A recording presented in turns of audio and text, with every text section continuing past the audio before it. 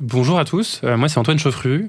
J'ai la chance de co-hoster de ce podcast avec Mounia RK, donc le podcast 108 milliards. L'objectif c'est d'aider les gens à cheminer, se poser des questions et voir comment est-ce qu'ils peuvent avancer dans leur propre vie, sur leur propre chemin. En tout cas, moi c'est ce que j'adore faire. Et j'ai la chance aujourd'hui d'interviewer Emery. Il vous parlera en détail de qui il est et de son parcours sur les sujets et qui j'espère vont vous intéresser, de vulnérabilité, de masculinité et un petit peu de parentalité, paternité, appelle-le comme tu veux. Pour la petite anecdote, on s'est rencontrés à un dîner 108 milliards qui avait pour thème la vulnérabilité. Donc je suis très content d'essayer de clôturer cette boucle avec une vraie discussion plus profonde et juste toi et moi, pas 8 personnes. En tout cas, merci beaucoup de te prêter à l'exercice et je suis ravi de t'avoir au micro. Eh ben moi aussi, je suis ravi. Merci beaucoup de m'accueillir, Antoine. C'est un beau dîner d'ailleurs qu'on avait fait, très intense. Ouais, magnifique. Ce que j'adore, c'est qu'on impose aux gens de ne pas dire ce qu'ils font dans la vie et on part directement sur un truc thématique. Et ben voilà, on va faire ça aussi. C'est très bien. C'était drôle parce que du coup, on raconte un peu ce qui s'est passé, si tu veux, et ça fera un bon démarrage. Ouais. Tout le monde s'assoit, les gens ne se connaissent pas forcément, on a 8 personnes à table. Et là, on leur dit, OK, quel est votre rapport à la vulnérabilité ? Est-ce que vous pouvez nous partager une anecdote qui vous touche, qui vous a touché, ou en tout cas qui expliquerait votre relation avec ce thème ? On avait déjà fait d'autres sujets, et là, j'avoue que ça a vraiment bien marché. Moi, en tout cas, je me suis senti à la fois écouté, entendu, pour une fois assez profondément sur un sujet dont j'ai pas l'habitude de parler, mais surtout, je me sentais très chanceux d'avoir des gens comme toi autour de la table, qui avaient aussi bien bossé le truc. Est-ce que tu veux commencer peut-être par cette anecdote que tu nous avais partagée ou une autre ? Alors je me souviens pas exactement de laquelle, mais probablement qu'en plus j'étais dans une phase où j'ai pris du temps, mais aujourd'hui j'arrive à parler facilement de mon enfance et du fait que j'ai été un enfant battu. Et c'est la libération de la parole, elle est assez récente sur le sujet. Ça m'a aidé à prendre du recul sur l'ensemble de mon enfance et le lien avec la vulnérabilité, c'est que pour réagir à cette situation traumatique, et puis j'ai eu la chance de vivre pas mal de traumas dans ma vie, qui sont ce qu'ils sont, à relativiser évidemment, mais j'ai réagi en étant enfant en construisant des armures. Et donc je me suis réfugié dans la lecture. J'ai lu, alors j'allais dire des histoires de super-héros, sauf que c'était des super-héros de la littérature classique française. On n'est pas du tout sur Marvel. On était sur les 4 mousquetaires, etc. Et j'ai construit ces armures pour devenir la personne forte qui serait en capacité de gérer et de résister à une situation qui était vraiment traumatisante. Donc j'ai construit toute la première partie de ma vie à enterrer ma vulnérabilité, à la mettre sous terre et à surtout ne jamais exposer mes émotions. Et je me souviens même en répétition dans ma famille, on parlait de moi jusqu'à mes 25 ans comme étant un autiste émotionnel. Bon, alors à l'époque, on utilisait le mot autisme un peu n'importe comment. Mais donc voilà, j'avais vraiment une incapacité que je considérais être une force à l'époque, pour le coup, à ne pas laisser exploser mes émotions. Et donc, c'était conscient ? C'était une peur d'y aller ? C'était conscient, ouais. J'ai vraiment... conscient dans le sens où j'ai essayé de construire un personnage et une personne, et je peux en parler presque à la 3e personne, tellement... un alter ego, quoi. Ouais, vraiment un alter ego, exactement. Tu lui avais donné un nom ? Pas du tout. Non, pour moi, c'était... Non, pas du tout. C'était toi. Alors, anecdote, mais peut-être révélatrice. Mon prénom officiel, c'est pas Emery. Je m'appelle Michael. Et à l'âge de mes 7 ans, qui est 2 ans après l'arrivée de mon beau-père, qui était le parent violent de mon éducation, j'ai insisté très très fortement et très longuement auprès de ma mère et de toute ma famille pour changer de prénom. Et donc j'ai décidé à l'âge de 7 ans de prendre le prénom Emery, qui était mon 2e prénom. Donc je sais pas si l'alter ego, tu vois, c'était pas Emery, c'est possible. Et donc j'ai construit peut-être le personnage d'Emery autour de ça, en fait. Mais je l'avais jamais conscientisé comme ça, c'est intéressant. Donc voilà, et puis après il a fallu un certain nombre de claques dans la gueule pour que je comprenne que c'était pas vital, enfin c'était pas viable surtout. À 25 ans. Ouais, autour de 25 ans, exactement. Il s'est passé un certain nombre d'autres traumas. Mon grand-père, qui était vraiment ma figure paternelle de référence, est décédé de façon ultra soudaine au milieu du salon, et on vivait à l'époque chez mes grands-parents. Quelques années plus tard, enfin pas beaucoup, mais ma deuxième figure paternelle, qui était mon oncle, s'est suicidé et m'a laissé ces deux garçons en adoption, on va dire. Alors c'est pas un statut légal, mais on a vraiment adopté avec mon ex-femme ces deux cousins qui avaient... Quand t'avais 28 ans ou 30 ans? Ouais, c'est ça, exactement. Ouais, autour de ça, autour de 27 ans, 28 ans, et exactement. Eux, ah non, autour de 30 ans, pardon, autour de 30 ans. Et eux, à l'époque, ils étaient en grande adolescence, puisqu'ils avaient entre 15 ans et 17 ans de mémoire. Ah, c'est proche, hein. Ouais, c'est proche. Et puis, je venais d'avoir une fille qui avait 1 an au moment où c'est arrivé, Mila. Et bon, en plus, Mila n'a pas dormi pendant 3 ans. Enfin, voilà. Donc, tout ça, beaucoup de choses à la fois. Exactement. Et puis, en plus, j'ai été en plus plongé dans une grosse crise au boulot qui s'appelle la crise Kerviel, puisque je travaillais pour la Société Générale à l'époque. Et donc, j'étais au cœur du truc. Donc, c'est vraiment un shitstorm assez gigantesque. Et donc là, le château s'effondre, quoi. Et là, vraiment, ouais, tout se fissurait, à peu près tout. Ma carrière, ma vie perso, etc. Et puis, mon soutien de l'époque, qui était mon ex-femme. On s'était mariés pas longtemps avant, mais je me suis complètement refermé sur tous ces traumas successifs. J'ai fait ce qu'on appelle maintenant burn-out, mais à l'époque, le mot n'était pas hyper répandu. J'ai pris 20 kilos, j'étais vraiment dans le mal, j'arrivais plus à faire de sport. Et un soir, pour le coup, elle m'a pris entre quatre yeux, elle m'a dit, bon, maintenant, soit t'arrives à en parler, soit je me barre. Et ouais, enfin, j'ai réussi grâce à elle, hein. Franchement, c'est elle qui a ouvert la porte, et voilà, et puis qui m'a confronté en mode, c'est ça ou c'est grave, quoi. Donc j'ai commencé à m'ouvrir. Ouais. Ça me fait penser à un bouquin de Anna Gavalda qui s'appelle Fendre l'armure. Ah je le connais pas. Pourtant Alors je me souviens plus du contenu. D'accord, ok. Ouais. Mais c'était vraiment ça. En tout cas, ce que moi je m'adhérais, c'est, on disait en préambule, un peu tomber le masque. Mais là, en gros, toi, t'avais des résistances qui étaient tellement fortes, en fait, qu'il a fallu que la vie plus des personnes viennent taper dedans, l'affaiblir, quoi. Parce que sinon, en fait, même toi, t'aurais pas pu y accéder, quoi. Et tu vois. Et c'est fou à chaque fois à quel point on peut rendre très concret des choses, des modes psychologiques. Et pour te donner du concret là-dessus, tu vois. Alors déjà, on m'appelait l'armure dans ma vie perso. Ok. Est-ce que ça veut dire que ça venait avec le fait... Enfin, est-ce que ça venait avec l'étiquette de défouloir pour les autres? Non. Ok. Non. Donc t'étais armure pour toi, mais ça devenait pas un rôle pour les autres. Non, en effet. Et la Société Générale, j'étais très connu pour être le mec qui était tout le temps en costard 3 pièces et cravate. À une époque où ça commençait vraiment à être beaucoup moins le cas.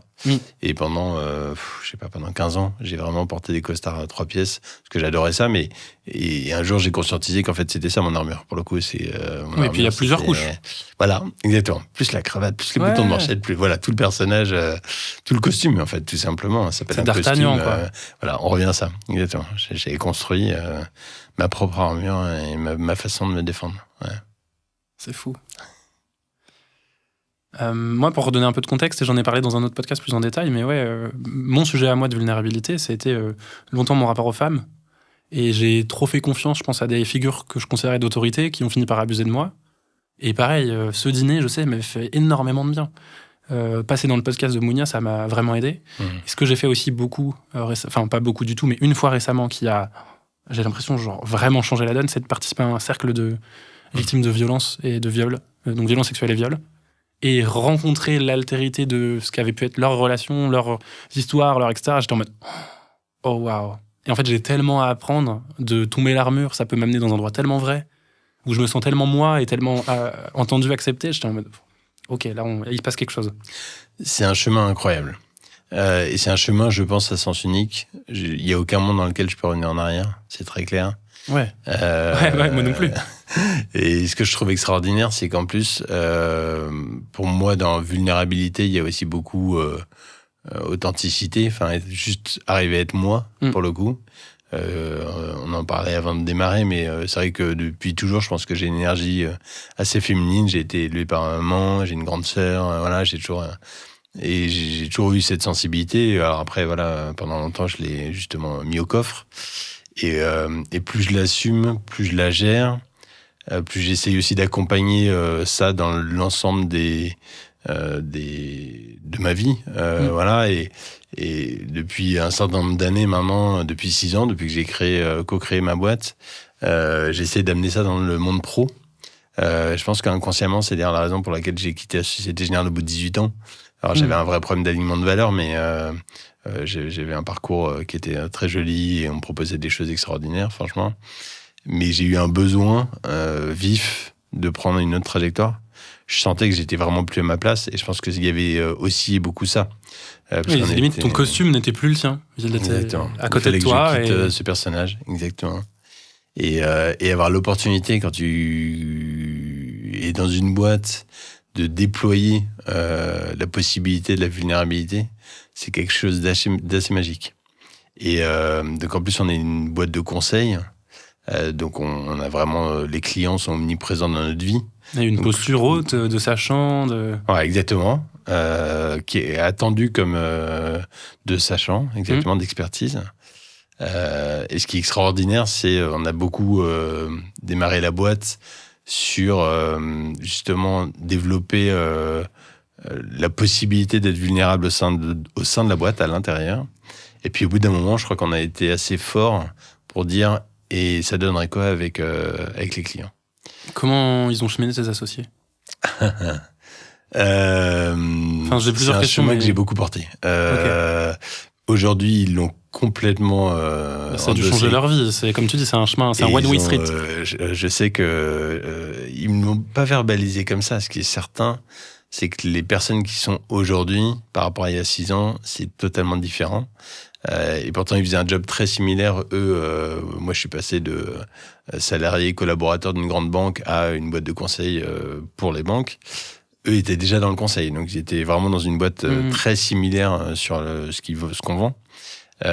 Mais du coup, le pivot était peut-être encore plus dur. Parce que moi, je changeais totalement d'environnement, de métier, de contexte. Donc peut-être que c'était plus simple aussi d'arriver avec une page blanche. D'ailleurs, je leur ai dit quand on a discuté de s'associer, moi, je voulais venir avec une page blanche et des fondamentaux très différents. Je parlais pas de vulnérabilité à l'époque, je parlais de valeur parce qu'on était en 2019 et c'était des moments où... Voilà, et puis c'était un moment où on sentait les chemins diverger entre ceux qui faisaient des valeurs pour le front-end et ceux qui faisaient vraiment un chemin là-dessus. Mais je les ai beaucoup saoulés là-dessus. Ouais. Mais ils ont eu l'intelligence et surtout la gentillesse de bien vouloir me suivre là-dessus. Et aujourd'hui, c'est un énorme marqueur de notre identité. Et pour le coup, ce qui est sûr, c'est qu'on ne le voit pas ailleurs. Donc en fait, on se souvient de vous, je vois à quel point c'est vertueux. Oui, tout à fait. Indépendamment du business, j'aimerais juste revenir au premier instant. Comment donc ton ex-femme, elle t'oblige à tomber le masque, mais j'imagine que pour toi, là, c'est un cataclysme à ce moment-là. J'imagine vraiment l'anxiété et tout ce que ça a dû déclencher. Mais donc, comment t'as commencé cette transition? Comment t'as nourri ça au tout début? L'image que j'ai, juste en préambule, c'est ok, peut-être que professionnellement, t'es très en avance. T'as surinvesti l'intellect, t'as surinvesti le masculin, la réussite. J'ai l'impression d'avoir fait beaucoup la même chose au début. Mais du coup, j'avais aussi l'impression d'être un enfant de 12 ans à l'intérieur, quoi. Franchement, j'avais pas ce niveau de conscience à l'époque. Et j'ai pas maîtrisé ce qui est sorti.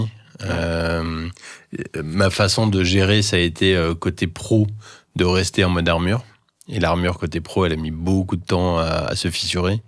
Ça a mis peut-être 10 ans, donc ça a été hyper long. Jusqu'au burn-out. Ouais, mais non, après, post-burn-out. Okay, même post-burn-out, j'ai gardé une énorme armure, etc. Voilà. D'ailleurs, je me suis même pas arrêté. Pour le coup, je gérais comme je pouvais. Voilà. Avec beaucoup d'intensité. Après, je marche beaucoup l'adrénaline, donc c'est un moteur qui se renouvelle très facilement en énergie. Et c'est plus dans le perso où, pour le coup, j'ai commencé à ouvrir. On a commencé à avoir des vraies discussions de famille. Donc avec tes enfants? Alors non, les filles étaient trop jeunes. J'ai 2 filles. Non, elles étaient trop jeunes, mais avec mes frères et sœurs. Okay. Et alors ça, c'est extraordinaire. Quand on commence à s'ouvrir en vulnérabilité à ses frères et sœurs et à ses parents, moi, c'était d'abord frères et sœurs et puis après les parents. ça a ouvert des choses totalement folles. Et j'ai pas mal de discussions sur ce sujet-là où je trouve que il y a beaucoup d'armure dans les familles aussi. Tout le monde, il y a beaucoup de postures, il y a beaucoup de protection. Pourtant, c'est le berceau des traumas. Ouais, bah tu vois, par définition. Et d'ailleurs, tout le monde a les meilleures intentions. Ouais. Tu vois, même encore, j'entendais là ces jours-ci, des gens angoissés d'arriver à Noël parce qu'ils vont voir toute leur famille. C'est un gros sujet. Hein. Et pour beaucoup, c'est des moments de souffrance, quoi. Mais en même temps, moi, je vois, dans ma famille, il y a des choses qui se rejouent. Évidemment, c'est porteur de tellement de choses. J'ai l'impression qu'on s'émancipe enfin de sa famille en se réalisant dans le travail. En tout cas, c'est la première étape. Après, on se dit, bon, j'ai coché mes cases. Je vais enfin me poser la question de savoir qui est-ce que je suis, qu'est-ce que je veux. Et on finit un peu dernière étape à, ok, je le ramène chez moi. Parce qu'en fait, ça vient tellement challenger le système que tout le monde résiste. Moi, j'ai une telle urgence à devenir moi-même. Je pense que sinon, vraiment, d'ailleurs, c'est ce que mon ex-homme me disait, mais tu vas en crever, quoi. Et je pense qu'en effet, j'en aurais crevé, littéralement. Donc, j'avais pas le choix, il fallait que je fasse ce chemin-là. Et après, il y a des événements qui ont fait qu'au fur et à mesure, on l'a ouvert avec les frères et sœurs, avec mon père, qui a donc été absent totalement de mon enfance. Avec ma mère beaucoup plus tardivement, c'est drôle d'ailleurs. Pourtant, je suis assez proche d'elle, mais très difficile de reprendre les sujets de violence avec elle parce qu'elle a des mécanismes de protection très forts. Et donc voilà. Et une fois qu'on en est là, c'est extraordinaire parce qu'en fait, une fois qu'on est finalement, si on commence par soi, pour reprendre ton chemin, après on peut y aller. Alors, ça se fait pas du jour au lendemain, mais on peut aller partout, sur tous les terrains. Et ça crée une connexion, un niveau de connexion qui est colossal. C'est quelque chose que j'adore faire maintenant. Et d'ailleurs, les gens le sentent. Je ne sais pas comment, mais j'arrive à atteindre des niveaux de connexion, de discussion, d'intensité, de profondeur avec des gens parfois que je rencontre dans une soirée. Il y a 50 personnes et on arrive en 20 minutes à descendre à des sujets où oui, eux-mêmes... compte, en fait. Ouais, exactement. Oui, tout à fait. Oui, parce qu'après, le cheap talk devient vraiment assez insupportable. Moi, j'ai beaucoup de mal. Ouais. Mais au point que ça met en tension ma meuf, souvent, tu vois. Ah oui. En fait, il faut que tu arrêtes de poser des questions comme ça aux gens que tu connais pas, etc. Et je suis en mode, je ne peux pas faire autrement. Je comprends aussi. Je comprends. Enfin, moi, je vais pas forcer. Et je vais me désintéresser hyper vite si la personne en face de moi... Si elle peut pas y aller. Et après, évidemment, tout le monde ne peut pas y aller. Même moi, ça m'a pris des années et des années. Donc, je respecte le temps de chacun, pour le coup. Ce que je trouve intéressant, c'est d'essayer d'ouvrir le dialogue. Tu vois, de commencer à entrouvrir la boîte, de voir, et puis après, de voir si la personne elle a envie d'y aller ou pas. Ça me fait rire. Moi, ça me fait vachement penser au coach ou au psy qui démarche. Ouais, c'est vrai. Mais en fait, quand t'es psy... ça n'a aucun sens de démarcher parce que c'est la temporalité des gens.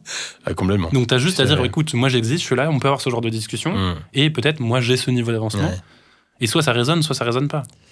Ça n'a aucun sens de forcer le travail de l'autre. Oui, c'est marrant du coup, parce que, donc, comme je disais, je vis dans un monde de grosses entreprises. Mes clients, c'est le CAC 40, voilà.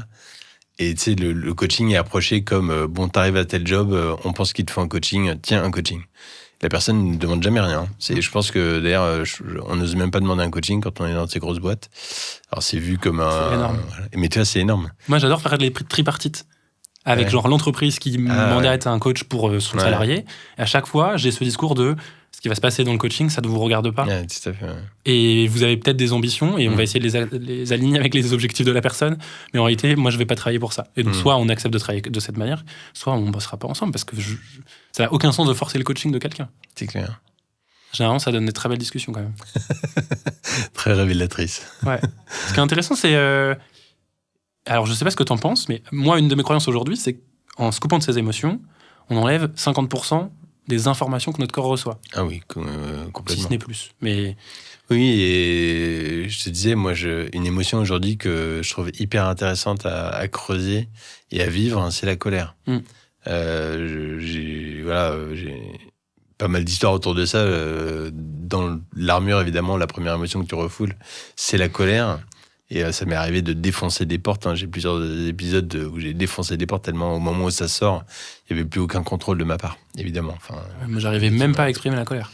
Moi, ça n'avait c'était pas de le place, ça cas, n'existait pas. et au moment où, alors, souvent c'était avec la famille, puisque il y a la famille qui s'est appuyée sur le bon bouton, en particulier les petits frères, et voilà, et là ils arrivaient à appuyer, et ça partait en n'importe quoi. Mais sinon, je t'aurais dit en effet, non, moi je suis jamais en colère, pour le coup, tu as raison. Et aujourd'hui, j'arrive à vivre beaucoup mieux la colère. C'est pas une émotion qui me traverse énormément, à vrai dire. C'est assez rare.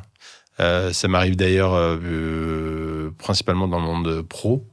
Mais dans ce cas-là, en fait, c'est hyper intéressant de regarder comment elle est arrivée, de la laisser sortir, de l'accepter. Alors évidemment, il y a forcément une information derrière. Exactement. Il y a beaucoup d'informations. Mais moi, ce que je dis à donc toutes ces boîtes qui sont extrêmement cérébrales, je pense à la Société Générale, mais je ne sais pas comment ça se passe chez eux.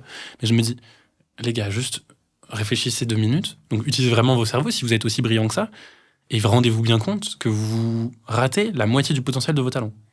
Ouais, tout à fait. Donc tant que vous rencontrez pas ce truc-là, vous acceptez pas que chacun ait genre un univers en soi qui peut mettre au service du projet. Moi, j'ai pas encore croisé de grandes boîtes dans lesquelles il y ait une acceptation réelle et concrète de la situation émotionnelle des collaborateurs. On peut raconter tout ce qu'on veut. Non, mais parce que l'objectif d'un collaborateur, c'est de produire. Exactement, tout à fait. On est encore dans Reinventing Organization, je ne sais pas si c'était Frédéric Laloux, mais on est encore sur le orange à mort. Et donc, on est sur des entreprises où, en effet, on est un outil productif. L'être humain est un outil productif et mesurable. Le reste, Mais si je reprends mon image, en vrai, traiter et mettre le sujet des émotions vient nourrir la productivité. Bien sûr, évidemment. Tout à fait. Et surtout, en fait, c'est un chemin hyper compliqué. Alors, pour le coup, la décharge de toutes ces grandes boîtes. Ah oui, comment Voilà, parce que nous, on est sur le chemin de l'expérimentation depuis 6 ans. Waouh. Vous en êtes on est assez mature aujourd'hui et assez pour se dire le chemin, il n'est pas simple. Parce qu'en fait, tu marches sur un chemin qui n'est pas balisé. Et donc, alors, on est passé par pas mal de phases. Une phase qui a été très complexe pour tout le monde. Les patrons de la boîte, les managers, les managers, qui étaient... mais du coup, où est la limite pro-perso ? Et voilà, et donc moi, mon parti pris à l'époque, c'était de dire il n'y en a pas. Voilà. Mais t'ouvres du coup des champs à la fois extraordinaires et dangereux. Est-ce que l'entreprise est là pour soigner l'individu ? Voilà. Est-ce que l'entreprise est responsable du bonheur des individus ? Jusqu'à quel point ?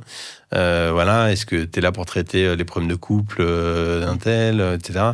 Donc, il n'y a pas de frontières ultra dessinées chez Alenia dans ma boîte. Je pense qu'on a poussé beaucoup plus loin qu'ailleurs. Voilà. On prend énormément en compte l'état émotionnel, les one-to-one, donc les échanges, les revues entre personnes, commence par quel est ton état émotionnel du moment. Donc ça, c'est super intéressant et c'est sur base de smiley, donc tu vois, c'est assez innocent. Dans les faits, c'est toujours ultra révélateur et on a mis un an avant de rajouter au fait, et moi en tant que manager, moi dans quel état émotionnel je suis aussi. Incroyable ça. Franchement, ça coûte rien. Faites-le, ça change tout. En fait, en face de moi, quel est l'état émotionnel du moment de la personne ? Et moi, est-ce que aussi je suis en capacité d'entendre, d'être en empathie, de conseiller, voilà. Et donc toi, par exemple, en tant que dirigeant là, tu es en capacité parfois de dire à tes managers, écoute, en vrai, je me sens pas, est-ce qu'on peut décaler ce truc-là parce que je suis pas présent ? Complètement. Tout à fait. J'ai jamais entendu ça, c'est génial. Ouais. Si, et puis ça donne énormément d'informations. Honnêtement, ce truc-là, c'est pratiquement plus riche qu'après on a tout un déroulé, évidemment. En fait. Exactement. On s'en fout. Non, mais c'est hyper clé, parce que derrière, ça te tire des cordes qui sont très fortes. Et donc, le pro-perso a été un vrai sujet. Aujourd'hui, on arrive à peu près à se régler. Après, on était, l'ego des boîtes, etc. Et puis en plus, on réussissait bien.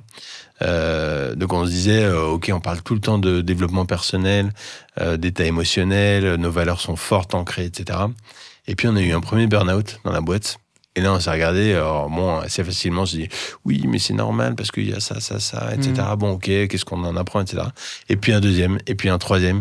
Et en fait, on a eu du mal à accepter le fait que, ok, t'as beau travailler dessus, t'as beau ouvrir la parole, t'as beau poser tout ça, en fait, il y a 2 choses. Un, t'empêches pas le chemin des gens.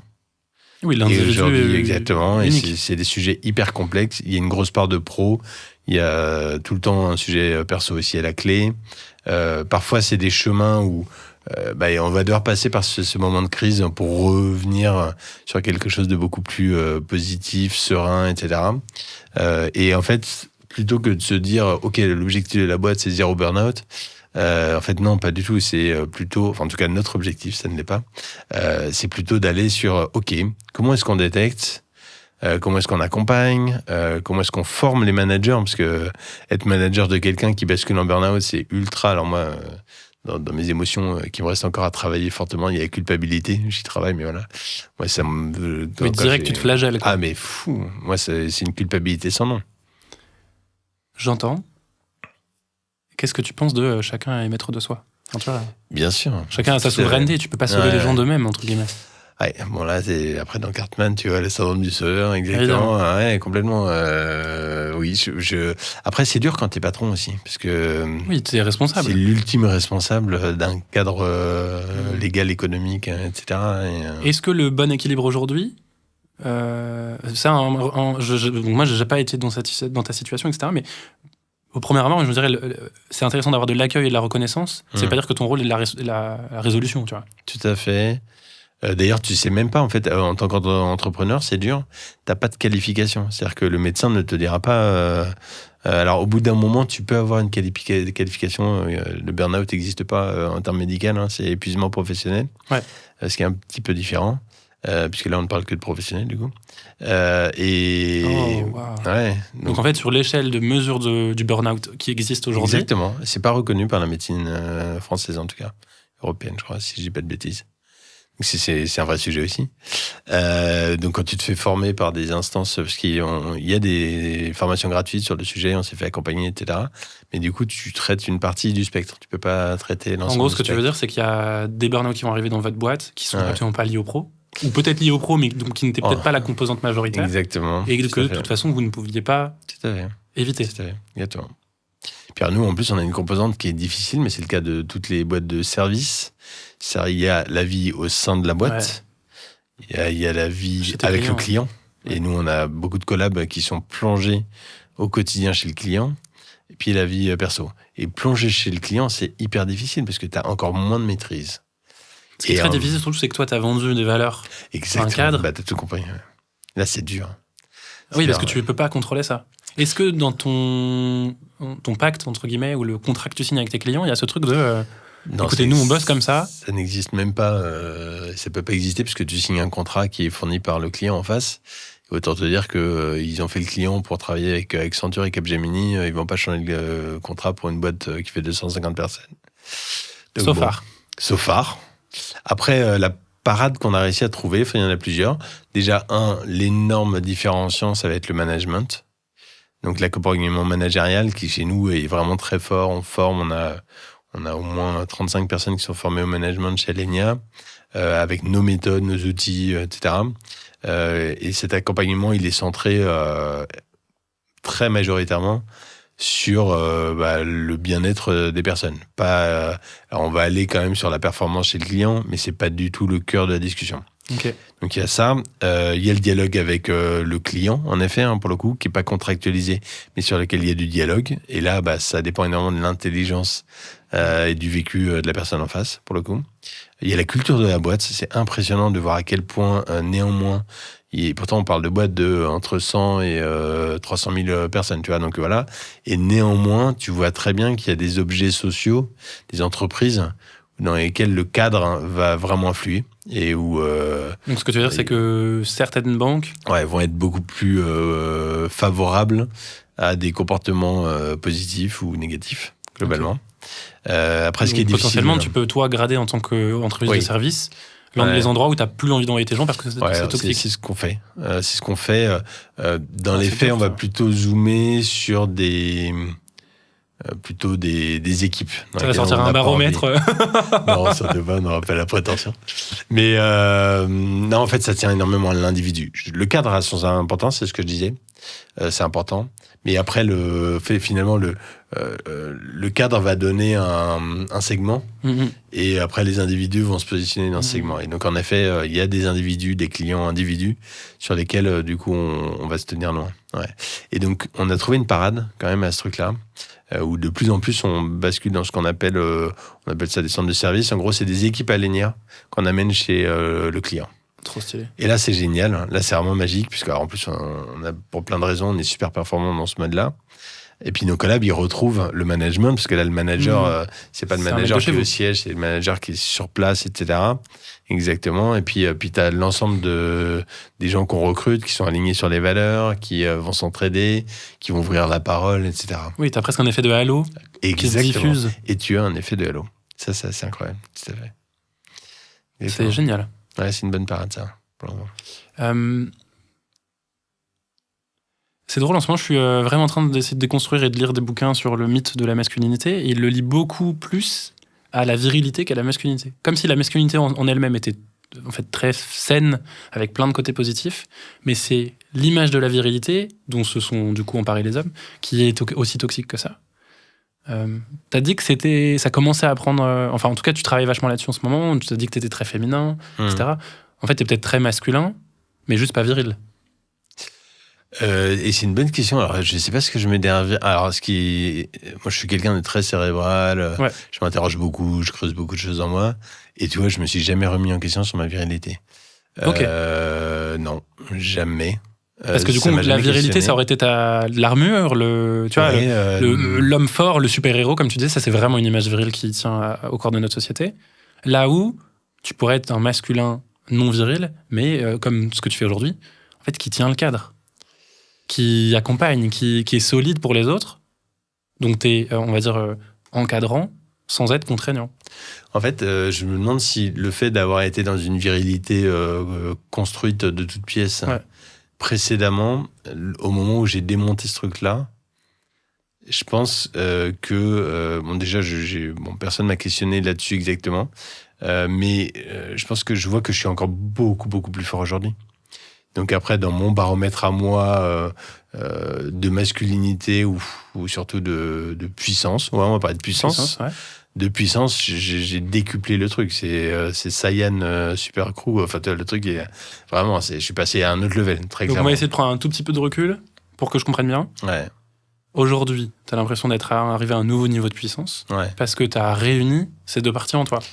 Ou tu les as acceptées. Ouais, tout à fait. Exactement. Ouais, tout à fait. Et tu vois, donc, on est une boîte où on pleure pas mal. Donc, on accepte la tristesse. Et moi, toi aussi. Voilà. Et moi, ça m'arrive. Alors, je suis celui qui pleure le plus dans la boîte. Donc en all staff, ça m'est arrivé face à des clients régulièrement. C'est très intéressant ce que ça déclenche chez le client aussi. Et je suis très à l'aise avec ça, vraiment pour le coup. Donc en effet, même j'ai eu des réactions, c'est vrai. On me parlait pas de virilité, mais en disant mais quand même. En fait, ça chamboule les choses chez les gens, c'est assez intéressant. Donc, soit ils s'inquiétaient de est-ce que du coup il y avait un vrai mal-être, alors que non, pour moi les larmes aussi me permettent de nettoyer mon état émotionnel du moment, etc. Ça faisait peur en termes de fragilité. Alors peut-être que derrière on peut entendre le remise en question de la virilité. Moi j'ai eu ça plus jeune, t'es émotif, t'es sensible, et le premier truc qui était associé, pour le coup c'est très lié à la virilité, c'est est-ce que tu serais pas gay? Oui, alors moi j'ai des 1000 histoires là-dessus, y compris à la SG, pour le coup. À la quoi? À la Société Générale, pardon. Ouais. J'avais mon meilleur pote, on arrivait ensemble au boulot, il me ressemble un peu, etc. À l'époque, on était assez métrosexuels, très fringués, etc. On repartait. Et donc, pour le coup, tout le monde pensait qu'on était gay. Et y compris d'ailleurs, quand j'ai divorcé, il y avait des rumeurs. J'avais déjà quitté la Société Générale depuis 3 ans. Et il y avait des rumeurs à la Société Générale comme quoi j'avais quitté ma femme parce que du coup, j'avais fait mon coming out. Donc voilà, je suis plutôt assez hétéro. Même si je me suis questionné assez récemment grâce à un ami du Bootstrap qui m'a ouvert sur les sujets de bisexualité. Et, j'ai trouvé ça passionnant. J'ai creusé le sujet intellectuellement. Intellectuellement, je trouve ça passionnant. Bon, dans les faits, j'ai pas passé la... Qu'est-ce qui t'a passionné là-dedans ? Étrangement, la bisexualité est perçue comme quelque chose de très frivole et moins reconnu visiblement, que l'homosexualité. Alors, on met du temps et tout ça, on fait des chemins et tout. Qui est déjà tellement plus frivole que l'hétérosexualité. Voilà, alors dans l'échelle exactement, tout à fait. Mais finalement, aujourd'hui, si tu fais ton coming out et que tu annonces que tu es gay ou lesbienne, c'est visiblement mieux perçu que si tu annonces que tu es bi. En gros, bi égale... tu t'assumes pas, t'es un faux. Ouais, alors déjà, soit t'assumes pas, en effet, visiblement, ça peut être perçu comme ça par des communautés gays ou lesbiennes a priori. Attention, je suis ni l'un ni l'autre, donc voilà, mais c'est ce que je comprends. Moi, c'est ce que j'ai entendu beaucoup. Et sinon, c'est vraiment, t'es plutôt, voilà, t'es en frivolité. Juste, voilà, tu envie de tester, quoi. Voilà, exactement, tout à fait. Alors que, non, en fait, fondamentalement...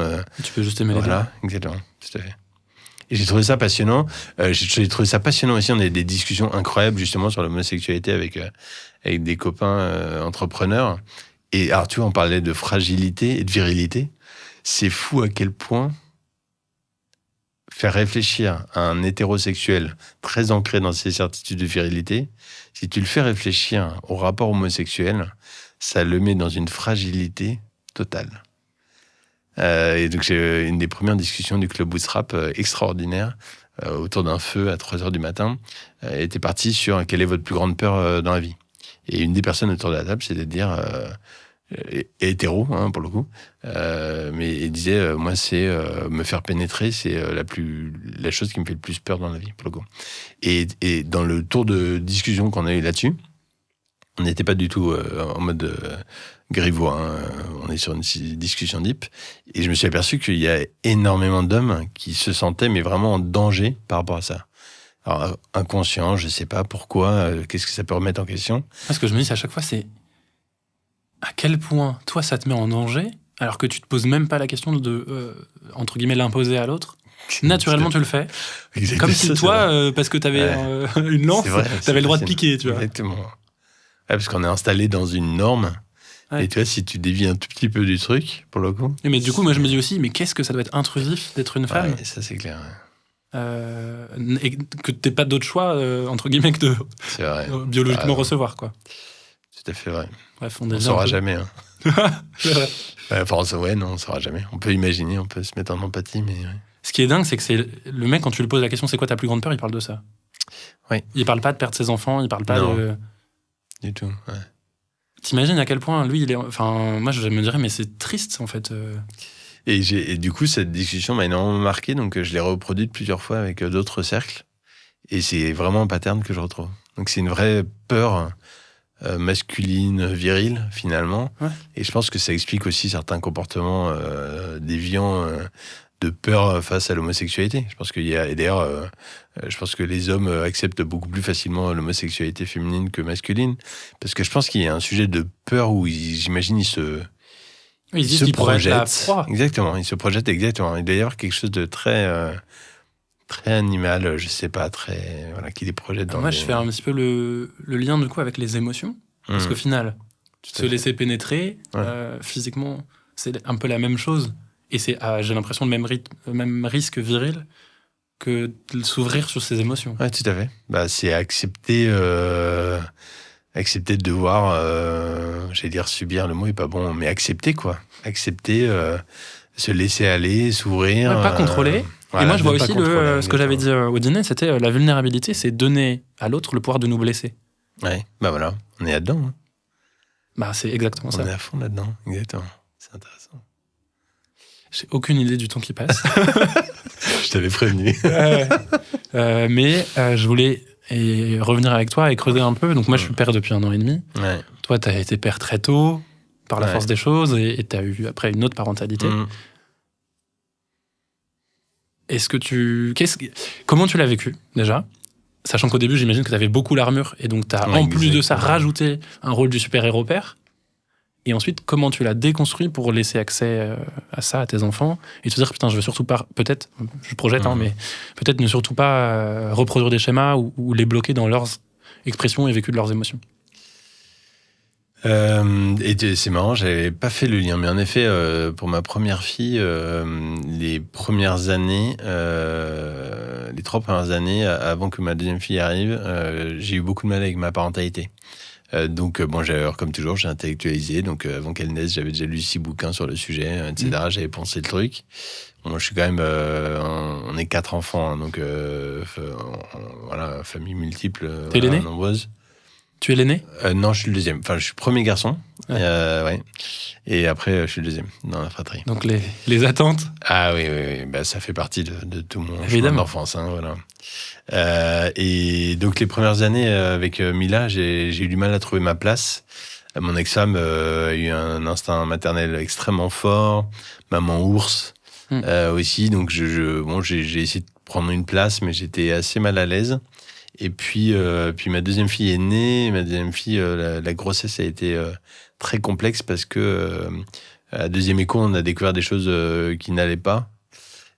Et jusqu'à la naissance, on a cru qu'elle était trisomique.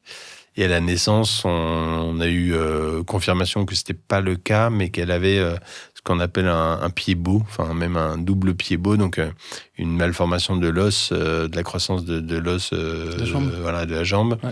Qui fait que c'est ces personnes qu'on peut voir en Afrique qui avancent avec un pied rentré vers l'intérieur, globalement, et qui ne marchent pas normalement.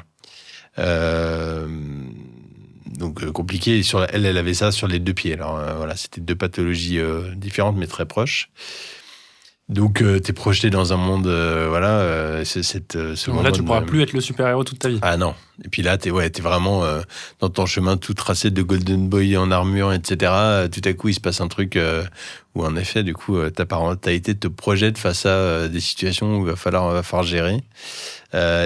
Du coup, on a eu 5 ans pendant lesquels il a fallu accompagner ce sujet-là. Et à base de 5 séances de kiné par semaine, Calista, elle a vécu les premières années de sa vie avec des plâtres qui lui montaient jusqu'à la hanche.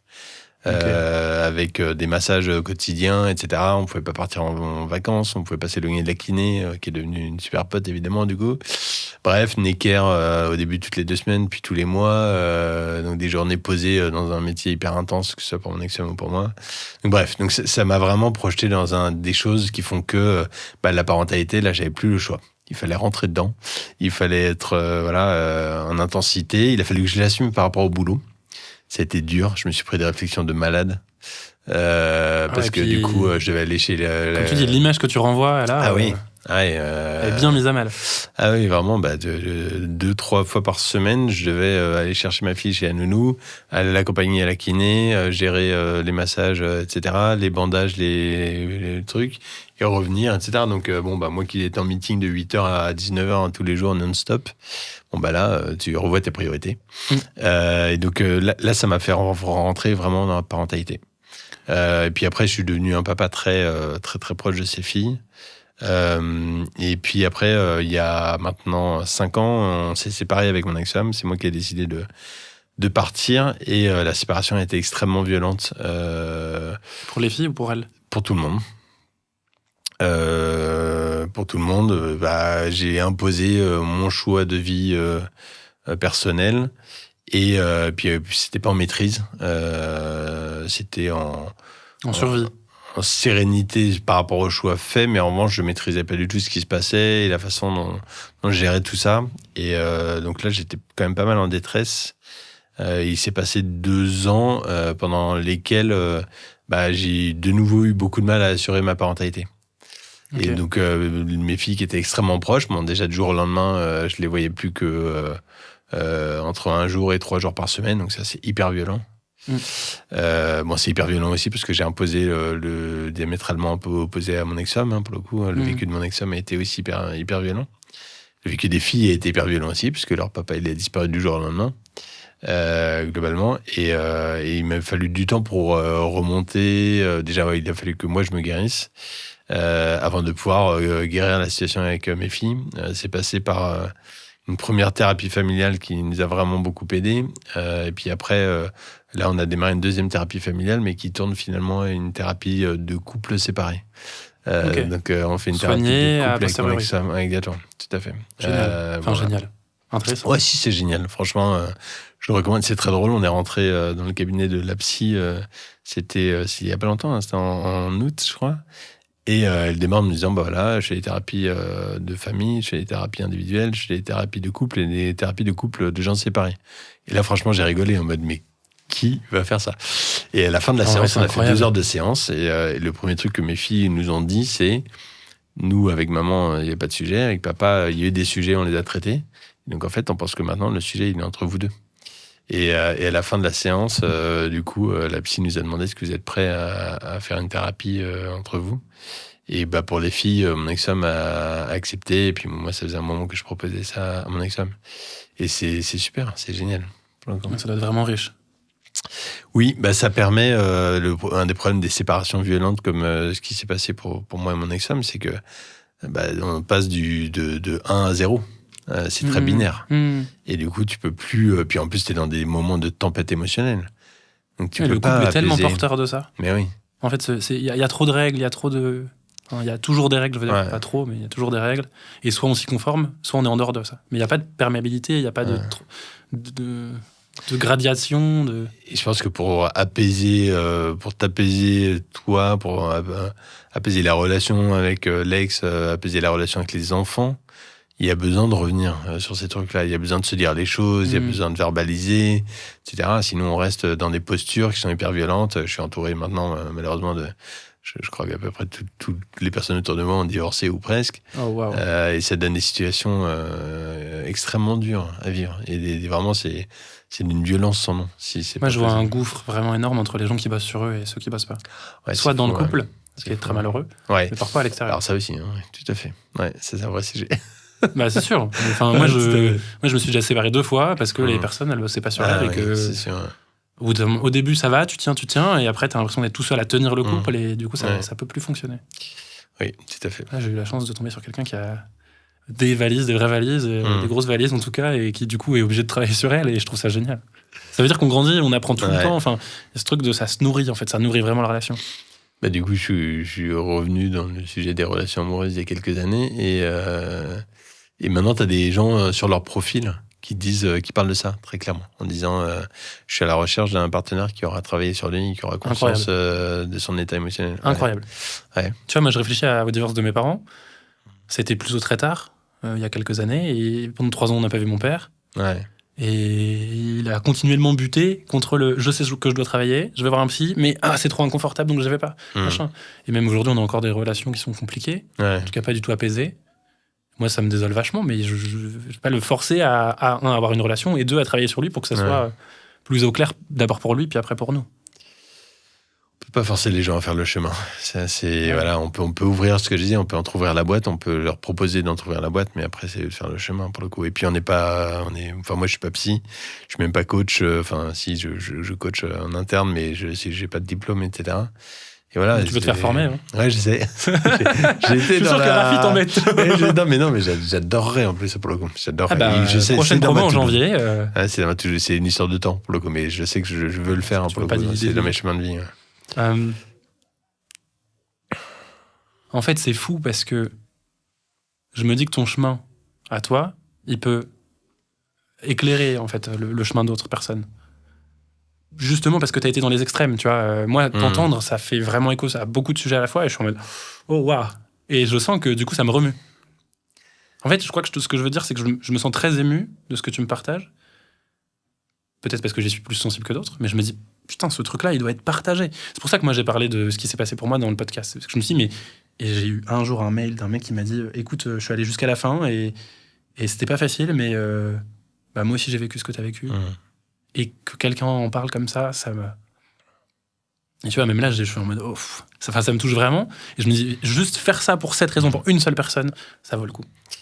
Tu sais, c'est le podcast que j'ai fait à Poil et sans filet avec Matt Leland. Pour le coup, je l'avais préparé c'est la première fois que je parlais publiquement des violences de mon enfance. Et j'avais un besoin de le faire, que j'avais pas beaucoup conscientisé, mais je l'avais travaillé. Et j'avais même pas vraiment préparé Mathieu. Ce qui est pas hyper fair, désolé Mathieu. C'est génial. Et derrière, en revanche, j'ai eu des réactions, alors déjà au sein de la famille, qui étaient magnifiques. J'ai eu très peur de la relation de ma maman, de la réaction de ma maman. Elle a réagi magnifiquement, franchement. Mais aussi de proches et d'inconnus. Et les réactions des inconnus, c'était fou. Ouais. C'était fou. Il y en a qui m'ont désarmé parce que j'ai eu des témoignages de gens qui avaient subi des choses similaires. Et alors là, je savais pas, à part accueillir, je savais pas faire. Il n'y a rien à faire d'autre. Exactement. Ouais, mais alors, comme je suis un mec d'action, tu vois, c'est dur quand t'es un mec d'action. Je crois que c'est ce que je préfère avec ce sujet-là, que de vulnérabilité, c'est qu'il n'y a pas d'autre choix que d'être. Ouais. D'être, seulement être, pas faire. Ouais. Et du coup, c'est incroyable parce que tu construis, par exemple, des valeurs de boîte sur l'être et pas sur le faire. C'est vrai. Tu construis tout un projet sur la sécurité psychologique. Ouais, c'est un très bon point, tout à fait. Je relirai nos valeurs pour vérifier si on n'est pas trop dans le faire. Je sais pas, peut-être, mais c'est déjà, en fait, c'est déjà tellement bien. Non, ça commence par nous sommes d'ailleurs. Donc, oui. Ouais, très bon point. C'est drôle parce que ce que tu me dis me fait dire que même dans le partage de ce que j'ai vécu, par exemple avec mes parents, je pense pas que j'ai été en vulnérabilité. J'étais dans le contrôle de ce qui s'est passé et je leur ai pas laissé prendre la place qu'ils auraient pu prendre en tant que parents. Et donc j'ai aussi très vite été dans la critique de ce qu'ils n'ont pas fait. Mais en fait, je pense qu'à aucun moment je leur ai laissé la place de s'emparer du sujet et donc de m'aider comme ils voudraient, comme ils auraient pu, comme etc. C'est marrant parce que quand tu parlais de ton papa, ta relation à ton papa, mon intuition me disait, est-ce que tu as réussi à installer un espace et un temps de dialogue où chacun vient poser sur la table ce qu'il a à poser? Moi, j'ai l'impression de l'avoir interrogé, mais j'ai aussi l'impression que ce que je dis est biaisé. Ce que je dis est forcément biaisé. Que ce que je dis peut être mal interprété. Ouais. Et moi, je pense que je passe beaucoup de temps à entendre, et sûrement que je reçois aussi avec mes propres biais, mais j'ai du coup l'impression qu'aujourd'hui, c'est pas... En fait, il y a plus beaucoup de communication parce que ce que j'essaye d'émettre n'est pas reçu de la manière que je souhaiterais. Ok. Mais parce que, comme tu disais, terreau-familial complexe, évidemment que ça se joue pas que sur mes parents, que c'est beaucoup plus large. Ouais. Et d'ailleurs, quand j'ai essayé un peu de creuser l'histoire familiale et de me connecter à tout ça pour comprendre d'où est-ce que ça venait, la levée de bouclier, elle est incroyable. En fait, je pense que ce que j'ai trouvé le plus difficile, c'est que quand tu viens chercher ces sujets qui sont éminemment familiaux et transgénérationnels, si les gens n'ont pas travaillé, t'as juste une levée de bouclier ou un déni de surtout faut pas que ça existe parce que ça me renvoie trop à moi-même. Ah oui. Puis le transgénérationnel, t'imagines, moi c'est un sujet qui m'intéresse aussi, mais c'est tellement lourd parce que déjà assumer toi-même, assumer ta famille proche, mais alors en plus aller creuser sur les générations -1, -2, -3. Oui, personne ne te demande d'assumer. Non, mais je pense que c'est vécu aussi un peu comme ça, tu sais, en creusant. En plus, alors je sais pas si c'est français en particulier, mais on adore quand même fermer ça dans des boîtes. Tu vois, pour le coup, il n'y a pas cette culture de vraiment aller creuser dans qui était mon grand-père, qui était mon arrière-grand-mère. C'est drôle, je pense. Moi, je dirais pas enfermer dans des boîtes, mais je dirais qu'une fois que c'est dans la boîte, on enterre la boîte et plus jamais faut en parler. Oui, c'est ça. Ouais. C'est l'omerta. Ouais, mais exactement, tout à fait. Ouais, exactement. Tout à fait.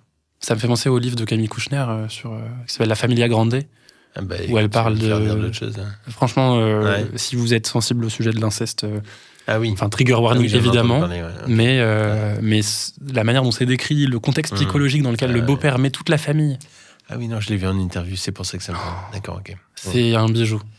Ok. Évidemment, c'est dur à lire et tu te prends la violence de ce que c'est que le devoir de familial, tu vois. Pour autant, c'est tellement révélateur. Ouais. Je pense que ça... c'est un besoin. Et je pense que ce besoin, soit on y va, et on travaille, et c'est pas simple. C'est beaucoup de travail et d'émotions. Mais si on ne répond pas à ce besoin, il trouve une autre façon de pousser les murs. Moi, je dis tout le temps qu'on peut pas faire l'économie de ses émotions, dans le sens où c'est comme une cocotte minute, si t'en mitoufles, ça finira par exploser. Exactement, c'est vraiment ça. C'est littéralement ça. Donc, quand le couvercle commence à bouger, même avant d'ailleurs, il faut le faire bien avant. Moi, tu parlais de la colère. Moi, j'ai rendez-vous avec ma colère toutes les semaines. Ouais, et je me dis, ok, pourquoi je suis en colère cette semaine? Et je le nourris parce qu'en fait, je sais pas y accéder. C'était pas du tout naturel pour moi. C'est pas facile, hein, j'avoue. C'est un vrai truc pour le coup. Moi, avant, c'était simple. J'étais en colère, j'allais courir. Mais en fait, Bien sûr. Ok, ça fonctionne, mais c'est pas sain. Autour de moi, j'ai tellement d'ultra sportifs. Attends, Mais en je plus fais beaucoup de sport par ailleurs, mais alors là, entre les entrepreneurs et puis le monde de la finance. C'est un délire. Les Ironman, oh là là, le kite, fou. Mais l'absence de conscience l'ultra du trail. truc, c'est quand même un délire. C'est vraiment.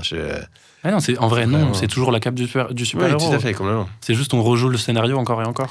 Et alors, peut-être que c'est maintenant que tu sais, tu vois, mais il y a des moments où j'ai vraiment envie de dire, attends, mais assieds-toi. Ok, t'en es à 120 km par semaine, dans la boue, la gadoue, à 4 heures du matin. Vas-y, viens, on parle. On parle, viens. Non, mais c'est vrai, il y a plein de sketchs sur le sujet, mais c'est vrai. Enfin, voilà. Tu sais, Cyrus North, il fait un format YouTube où il disait je ne suis toujours pas psychologue, mais asseyez-vous.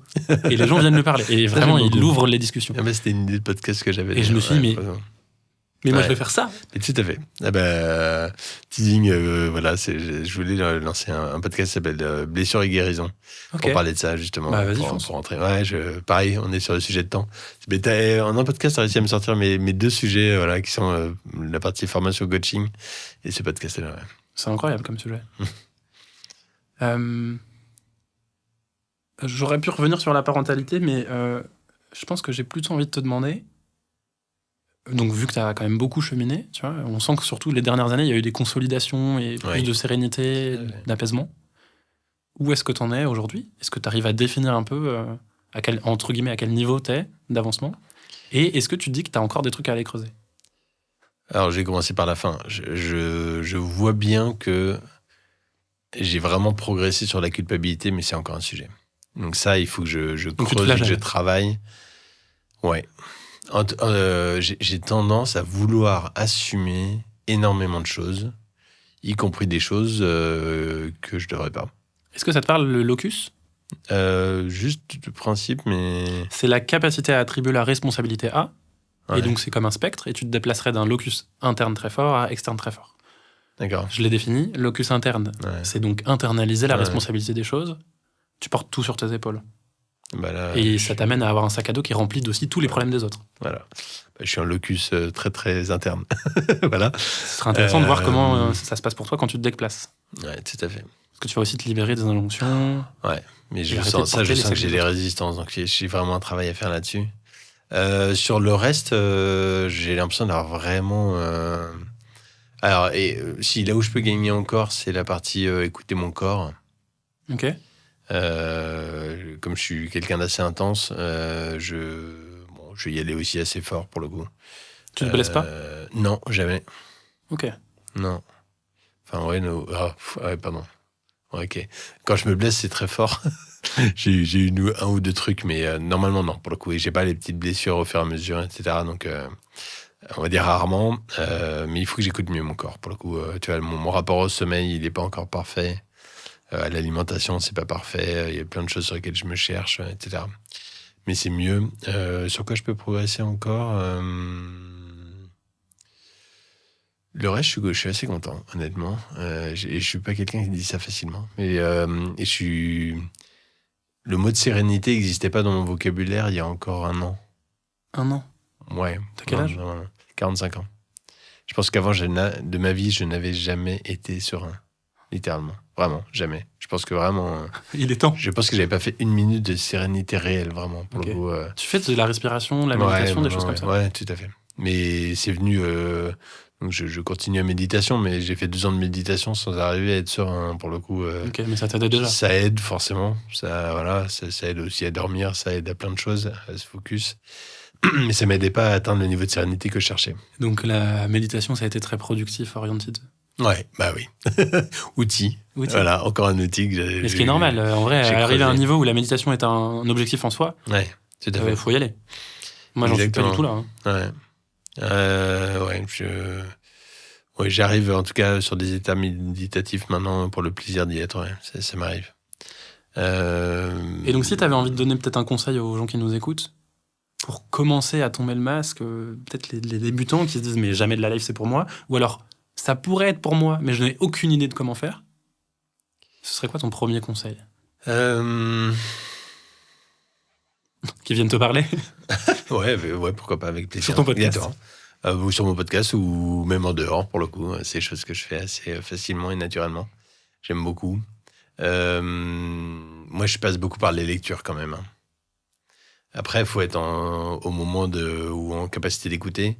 Moi, il y a vraiment il y a un bouquin et un auteur qui m'ont vraiment chamboulé. Alors, j'ai commencé par l'auteur parce que c'est lui, je l'ai découvert, j'étais encore qu'un enfant. Donc, je disais, je suis tombé dans la lecture parce que j'ai pas eu de télé jusqu'à mes 15 ans. Et du coup, en revanche, on avait une immense bibliothèque. Et alors, pas du tout adapté à mon âge à l'époque, mais c'est pas grave. Donc, j'ai pensé tout ça. Et j'ai découvert le super-héros de ma vie, pour le coup, qui est Romain Gary, et qui est un être humain qui a été extraordinaire. Et on parlait de virilité. Alors, pour le coup, personnage à creuser à mort, parce que ça a été le chantre de la virilité. Il a été marié avec une des plus belles top modèles de l'époque. Ça a été un tombeur, etc. Et néanmoins, il y a une énergie féminine et une sensibilité absolument folle dans ses romans. Un de ses bouquins que je trouve le plus marquant pour moi, c'est un bouquin qui s'appelle Au-delà de cette limite, votre ticket n'est plus valide. Et à ma connaissance, c'est le premier livre français sur les problèmes de virilité chez l'homme après un certain âge. Et écrit par accessoirement, c'est un héros de guerre, un diplomate. C'est le seul Français à avoir eu 2 fois le prix Goncourt, ce qui est normalement possible. Enfin, le gars a juste coché toutes les cases que sa maman, si vous avez vu La Promesse de l'Aube, sa maman lui a fixé une to-do list de vie. Et voilà, que je peux me reconnaître là-dedans. Il a vraiment bien coché toutes les cases et dépassé toutes les cases. Il a été réalisateur, acteur, enfin bref. Sa femme, c'était Jean Seberg. Bref, et donc dans tous les critères, c'est l'homme viril et masculin par excellence. Et néanmoins, c'est un homme qui a assumé totalement sa féminité, ses émotions, sa vulnérabilité. Et bon, alors après, ça s'est pas très bien terminé parce qu'il s'est suicidé l'année de ma naissance. Mais et voilà, donc voilà, lisez en tout cas. Passation de flambeau. Ouais, bah je sais, j'y lis quelque chose. Je sais pas pourquoi, mais j'y lis quelque chose que vraiment, c'est un personnage. Ce qui est incroyable, c'est qu'on parlait au début de la singularité et l'association du féminin-masculin. Lui, il était vraiment là-dedans. Totalement. En fait, pour moi, il a accepté d'embrasser sa lumière et sa lumière, elle venait de ces deux côtés. Et tu vois, dans le côté armure, alors où, en tout cas, lui, il a utilisé des pseudos, il a écrit sous 2 autres plumes. Ouais. Et pourquoi c'est le seul Français à avoir eu 2 prix Goncourt? Normalement, c'est interdit d'avoir 2 prix Goncourt. Sauf qu'il s'est mis à écrire sous une 2e plume à l'époque qui s'appelait Émile Ajar. Et du coup, c'est Émile Ajar qui a eu un 2e prix Goncourt. Et lui, il disait que c'était son cousin. C'est lui qui allait chercher le prix pour Émile Ajar. Et dans le temps, ils ont fini par comprendre qu'en fait, c'était la même personne. Mais normalement, tu peux pas. Bref. Mais donc, le côté, je me crée des alias et finalement, c'est d'autres formes d'existence. Voilà, c'est quelque chose d'assez intéressant. Pour lui, ça a été une vraie manière aussi de s'explorer. Totalement. Sans se mettre dans... Et c'est fou d'ailleurs, parce que son écriture est totalement différente. D'ailleurs, j'aime pas trop Émile Ajar. Je suis ultra fan de Gary, mais j'aime pas trop Émile Ajar, j'aime pas trop la plume, pour le coup. Peut-être ce qui est incroyable, c'est aussi de se dire que, de toute façon, comme tu dis, c'était un décoré de guerre. Quoi de plus viril que ça? Vraiment. Derrière ça, tu peux explorer tout ce que tu veux, en fait, parce qu'on ne t'enlèvera jamais ton titre de virilité. Voilà, tout à fait, exactement. Oui, il a continué à chercher dans la virilité au début de sa carrière, vraiment, il a fait beaucoup, beaucoup de choses dans ce sens-là. Et donc, l'autre bouquin qui m'a énormément inspiré, et c'est pas une surprise sans doute, mais c'est Les 4 accords Toltec. Et c'est un bouquin qui m'a retourné le cerveau. Je crois que j'en suis à la 4e lecture. On fait beaucoup de sharing chez Alenia. On refait un sharing là dans quelques jours chez Alenia sur Les 4 accords Toltec. Si ça vous intéresse, les sharings sont ouverts. Et c'est à chaque fois que je le relis, je découvre des nouveaux niveaux dans ce truc-là. Alors, lisez pas la fin du bouquin, les 30 dernières pages, il tombe dans un sujet religieux que j'aime pas du tout et qui me parle pas. Mais c'est 4 principes hyper forts, hyper puissants, et pour le coup, qui, en tout cas, moi, m'ont beaucoup questionné finalement sur mes pensées, sur mes limites, sur mes mots, parce que le premier accord qui est que ta parole soit impeccable est un accord d'une puissance atomique. C'est extraordinaire. Et donc voilà, ça c'est des choses qui m'aident encore à progresser, parce que je pense qu'il n'y a pas un seul moment dans ta vie où tu peux te dire je suis aligné sur ces 4 accords. Il y a toujours à travailler, il y a toujours à grandir, donc c'est une échelle qui se rapproche et s'éloigne, mais qui est extrêmement puissante en termes d'outils. En tout cas, pour toi, c'est une boussole. Ah oui, vraiment, totalement. Ouais, c'est clair. J'ai envie de le relire, du coup. Ah oui, vraiment. Ouais, c'est fou, vraiment, je trouve que c'est vraiment très puissant.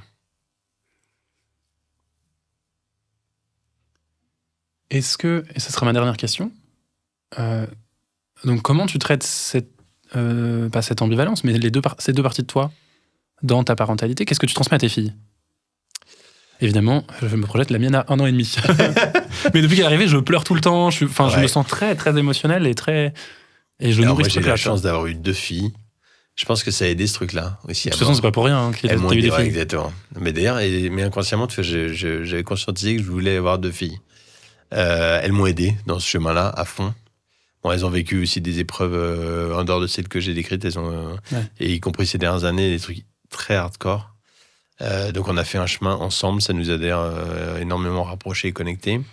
Je pense que là où je vais essayer d'apporter quelque chose avec les filles, c'est dans le dialogue en effet, et y compris sur l'histoire familiale. Et tu vois, avant de sortir le podcast dont j'ai parlé avant avec Mathieu, je les ai emmenés dîner et elles connaissent la majorité des histoires de la famille, puisqu'on en parle quand même très ouvertement, mais je leur dis, je vais en parler dans un podcast, et avant ça, j'ai envie de vous raconter toute mon histoire de bout en bout, et que vous compreniez aussi ce qui s'est passé. Et comme c'était un moment où on était en train d'avancer dans la séparation avec mon ex-femme, c'était déjà longtemps après, mais où ça a commencé à aller mieux, je trouvais ça important pour elle de replacer tout ça et de leur expliquer mon état émotionnel au fur et à mesure, et mon état de conscience aussi au fur et à mesure. Donc on dialogue beaucoup de ça, pour le coup. Je les ouvre là-dessus. Après, il y a des portes qui aident aussi. Ma grande, elle a 16 ans et elle est tombée, comme moi, elle est très cinéphile. Et donc, je l'oriente sur un certain nombre de films, tu vois, qui vont aider aussi sur ce genre de conscience, qui peuvent être intéressants. Donc, il faut trouver tu vois, je ne vais pas leur faire lire tout de suite les accords Toltec, je pense que c'est un peu tôt, même si elles lisent énormément, mais... Tu aurais de quoi 2-3 films à conseiller? J'ai pas réfléchi sur la partie... vulnérabilité et état émotionnel. Là, le dernier qu'on a regardé avec ma grande, qui est quand même que je trouve aussi incroyable, c'est Eyes Wide Shut de Kubrick. Donc je suis un immense fan de tout Kubrick. Alors Eyes Wide Shut, ça parle d'énormément de choses et chacun y lit un peu ce qu'il veut. Ça parle avant tout de couple et de dialogue dans le couple et de vulnérabilité. Couple, donc c'est Tom Cruise et Nicole Kidman. Ils sont absolument beaux comme jamais. Ils ont tout, ils ont de l'argent, ils sont à New York, ils ont des enfants, tout va bien, etc. Et rien ne va dans le couple. Et rien ne va parce que et ils pensent que le sujet, c'est l'envie, c'est d'aller voir ailleurs, c'est le sexe, etc. Et puis, bon, en fait, au fur et à mesure, ils finissent par ouvrir le dialogue pour comprendre qu'on n'est pas du tout là-dedans. J'ai envie de le regarder. Ah, franchement, ce film est fou. Je suis tombé sur un truc comme ça récemment qui s'appelle The Materialist. Que j'ai vu il n'y a pas longtemps. Très bien. Et j'ai trouvé que le concept en fait, le couple n'est qu'un. Ouais, tout à fait. Contrat social. Très puissant. Très puissant. Oh, wow. Ouais, exactement. Ouais, tout à fait. Ouais. Et là, vraiment, je me suis dit, attends, est-ce que moi je suis rentré là-dedans ou qu'est-ce que j'ai envie de faire de mon couple? Ouais, ça pose vraiment des questions. Ouais. C'est vrai. Alors qu'à la base, je me dis, bon, ok, c'est. Bon, Pedro Pascal, j'adore, mais c'est la meuf de Dakota Johnson qui a fait 50 Shades of Grey. Bon, je sais pas où elle veut m'amener. Et en fait, tu te prends le truc. Ouais, non, c'est très bon film. Exactement. Tout à fait. Ouais. Bref. Est-ce que tu veux ajouter un truc pour terminer? Écoute, j'ai passé un très beau moment, très intense. J'ai aucune idée du temps que ça a duré. J'en sais rien aussi. Non, redire si j'ai une vie assez bouquée, mais si des gens ont envie d'ouvrir le dialogue sur le sujet, plutôt des hommes, je serais ravi d'accueillir, franchement, hommes ou femmes. Ok. Voilà. On va faire des conversations 3h du mat autour d'un feu, quoi. Exactement, j'adore ça. Tu vois, on était en séminaire avec... un séminaire, non, on fait des week-ends, on fait plein de week-ends dans la boîte. On a fait un week-end sportif autour de la boxe thaïlandaise il y a 2 semaines. Et j'avais un peu préparé les 2 soirées. On était une grosse quinzaine, plus les autres. Et je les ai emmenés sur des thématiques un peu deep. On a passé, je crois, 6 heures et 6 heures à plonger dans des thématiques assez incroyables, comme les peurs, comme quelle est ta finish line dans la vie, etc. Et j'aime beaucoup ça maintenant. Et voilà. Et ce qui est drôle, c'est qu'il y en a certains qui m'ont dit en sortant du week-end, pendant le week-end, ils avaient fait 2 séances de boxe, on était allé faire des trucs de fou, on avait hyper bien mangé, on avait fait un bain à 0 degré, mais ce qui retenait, c'est le travail sur eux Évidemment. et le dialogue qu'on a eu les 2 soirées. En vrai, pour moi, il n'y a rien de plus intéressant que l'intensité de l'émotion, parce que c'est ce qui nous rend le plus vivant. Exactement. Et c'est des très bonnes questions à se poser pour y aller. J'adore. Merci beaucoup pour ton temps, pour tout ce que tu nous as partagé. Merci Antoine, c'est super. J'étais très content de t'avoir au micro. Ouais, si. Ça m'a beaucoup touché.